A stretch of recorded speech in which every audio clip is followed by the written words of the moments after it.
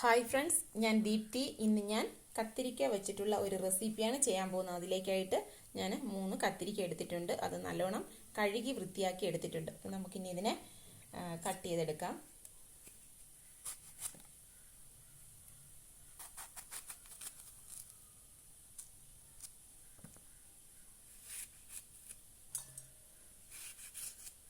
ഇതേ രീതിയിലൊന്ന് എല്ലാം കട്ട് ചെയ്തെടുക്കാം. അപ്പം വലിയ കത്തിരിയാണെങ്കിൽ നമ്മളതിനെ രണ്ടായിട്ടൊന്ന് മുറിച്ചെടുത്തതിന് ശേഷം കട്ട് ചെയ്തിടാം.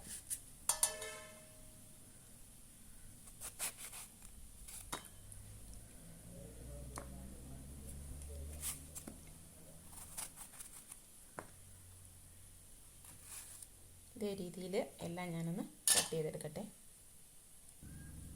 കത്തിരിക്ക എല്ലാം കട്ട് ചെയ്തെടുത്തിട്ടുണ്ട്. ഇത് നമുക്ക് മാറ്റി വയ്ക്കാം.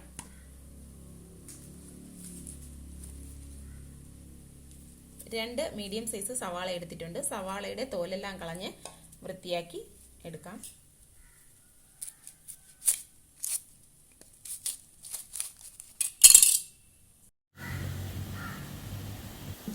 വൃത്തിയാക്കി എടുത്ത സവാളയെ നമുക്ക് വളരെ നൈസായിട്ടൊന്ന് അരിഞ്ഞെടുക്കാം.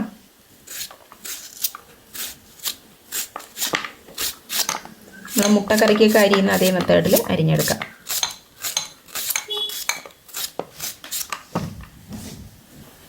സവാള എല്ലാം കട്ട് ചെയ്തെടുത്തിട്ടുണ്ട്. ഒരു ചട്ടി അടുപ്പത്ത് വെച്ച് ചട്ടി നന്നായി ചൂടായിട്ടുണ്ട്. അതിലേക്ക് കുറച്ച് എണ്ണ ഒഴിച്ചു കൊടുക്കാം. ടേബിൾ സ്പൂൺ എണ്ണ ഒഴിച്ചിട്ടുണ്ട്. അര ടീസ്പൂൺ കടുക് ഇട്ട് കൊടുക്കാം.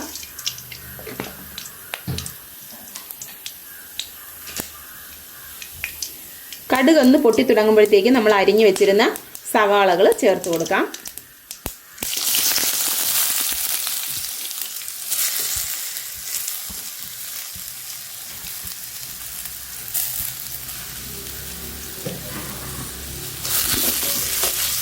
നന്നായിട്ടൊന്ന് ഇളക്കി കൊടുക്കാം.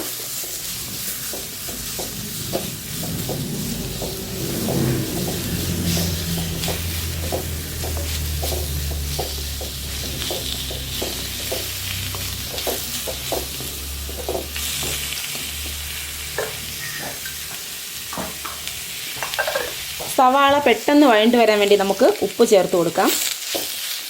ഉപ്പ് നമ്മുടെ ആവശ്യത്തിനനുസരിച്ച് ചേർത്ത് കൊടുക്കാം. ഉപ്പ് ചേർത്ത് നല്ലതുപോലെ ഒന്ന് മിക്സ് ആക്കി കൊടുക്കാം.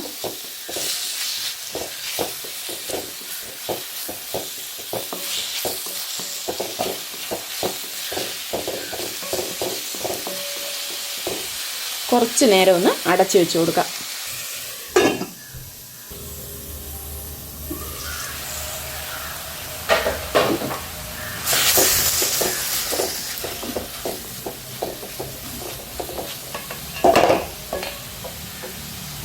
നാല് പീസ് വെളുത്തുള്ളി വളരെ നൈസായിട്ട് അരിഞ്ഞതാണ്. വലിയ പീസിലെ വെളുത്തുള്ളിയാണ്. അതും കൂടെ ചേർത്ത് കൊടുക്കാം.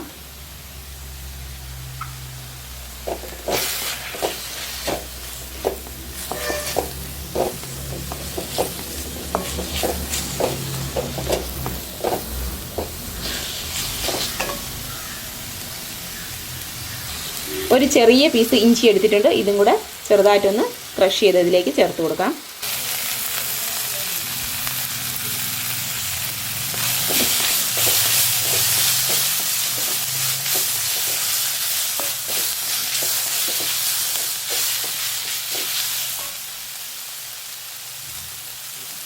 രണ്ട് ചെറിയ തക്കാളി എടുത്തിട്ടുണ്ട്. ഇതിനെയും കൂടെ അരിഞ്ഞതിലേക്ക് ചേർത്ത് കൊടുക്കാം.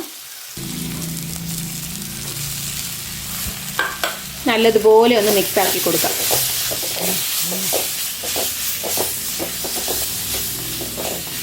തക്കാളിയൊക്കെ നല്ലതുപോലെ വെന്ത് ഇതുമായിട്ടൊന്ന് യോജിച്ച് വരണം. അപ്പോഴാണ് കറിക്കൊക്കെ ടേസ്റ്റ് ഉണ്ടാവുക.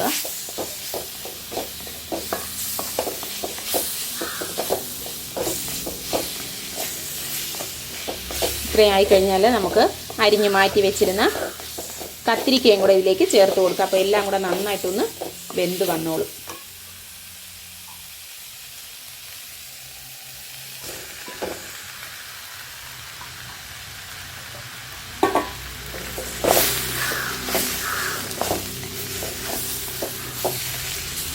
വെള്ളമൊന്നും ചേർക്കേണ്ട, നമുക്ക് അടച്ച് വെച്ച് കുറച്ച് നേരം ഒന്ന് വേവിച്ചെടുക്കാം.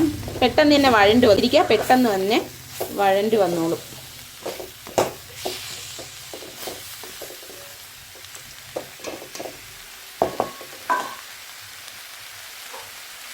ഇതിലേക്ക് ആവശ്യമായിട്ടുള്ള കത്തിരിക്കയ്ക്കൊക്കെ ആവശ്യമായിട്ടുള്ള കുറച്ച് ഉപ്പും കൂടെ നമുക്ക് ചേർത്ത് കൊടുക്കാം.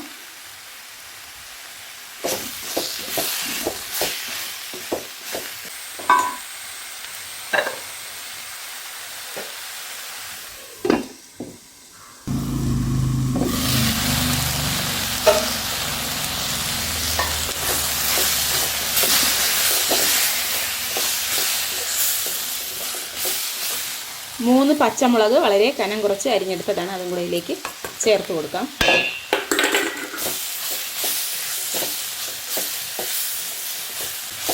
സവാളയൊക്കെ നല്ലതുപോലെ വഴണ്ട് വന്നിട്ടുണ്ട്, തക്കാളിയും വഴണ്ട് വന്നിട്ടുണ്ട്. നമുക്കിനി ഇതിലേക്ക് ആവശ്യമായിട്ടുള്ള മസാലകൾ ചേർത്ത് കൊടുക്കാം. ലോ ഫ്ലെയിമിൽ വെച്ച് കൊടുക്കണം.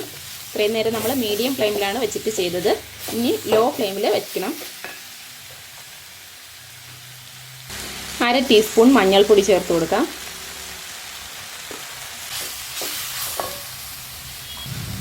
എരിവുള്ള മുളക് പൊടിയാണ്, അത് 1 ടീസ്പൂൺ ചേർത്ത് കൊടുക്കാം. മല്ലിപ്പൊടി 1 സ്പൂൺ ചേർത്ത് കൊടുക്കാം. കാശ്മീരി മുളക് പൊടി 1 സ്പൂൺ ചേർത്ത് കൊടുക്കാം. ഇച്ചിരി കളറൊക്കെ കിട്ടുന്നതിലേക്കായിട്ടാണ്. 1/2 ടീസ്പൂൺ ഗരം മസാല ഇത്രയും ചേർത്ത് കൊടുത്ത് നന്നായിട്ടൊന്ന് വഴറ്റി കൊടുക്കാം.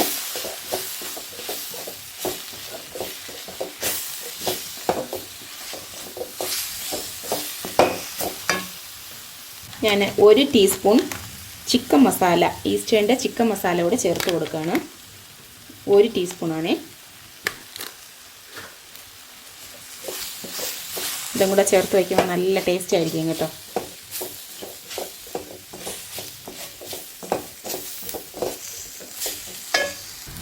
ഇതിലേക്ക് അല്പം ഗ്രേവി കിട്ടുന്നതിലേക്ക് വേണ്ടിയിട്ട് ഞാൻ 1.5 ടേബിൾ സ്പൂൺ വെള്ളം കൂടെ ഒഴിച്ച് അടച്ച് വെച്ച് വേവിക്കുകയാണ്. നല്ലതുപോലെ ഒന്ന് വെന്ത് കുറുകി വരട്ടെ.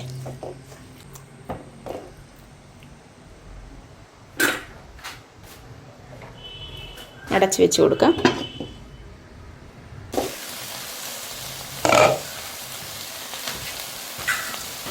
നല്ലതുപോലെ വെന്ത് കുറുകി വന്നിട്ടുണ്ട്.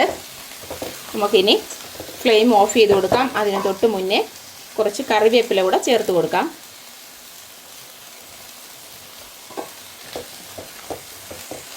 നല്ല സൂപ്പർ ടേസ്റ്റ് ആയിട്ടുള്ള കറിയാണിത്. എല്ലാവരും ഒന്ന് ട്രൈ ചെയ്ത് നോക്കണം. അപ്പോൾ എല്ലാവർക്കും തീർച്ചയായിട്ടും ഇഷ്ടപ്പെടും. ഇഷ്ടപ്പെട്ടാലൊന്ന് ലൈക്ക് ചെയ്യുകയും സബ്സ്ക്രൈബ് ചെയ്ത് സപ്പോർട്ട് ചെയ്യുകയും ചെയ്യണേ. ഇഷ്ടപ്പെട്ടാലൊന്ന് കമൻറ്റ് ചെയ്തേക്കണേ. വളരെ ടേസ്റ്റി ആയിട്ട് നമുക്ക് കഴിക്കാം. ഈ ഒരു കറി മാത്രം മതി കേട്ടോ നമുക്ക് ചോറിന്, ഒരുപാട് കറികളൊന്നും വേണ്ട. അപ്പോൾ എല്ലാവരും ഒന്ന് ട്രൈ ചെയ്ത് നോക്കണേ. Okay, thank you.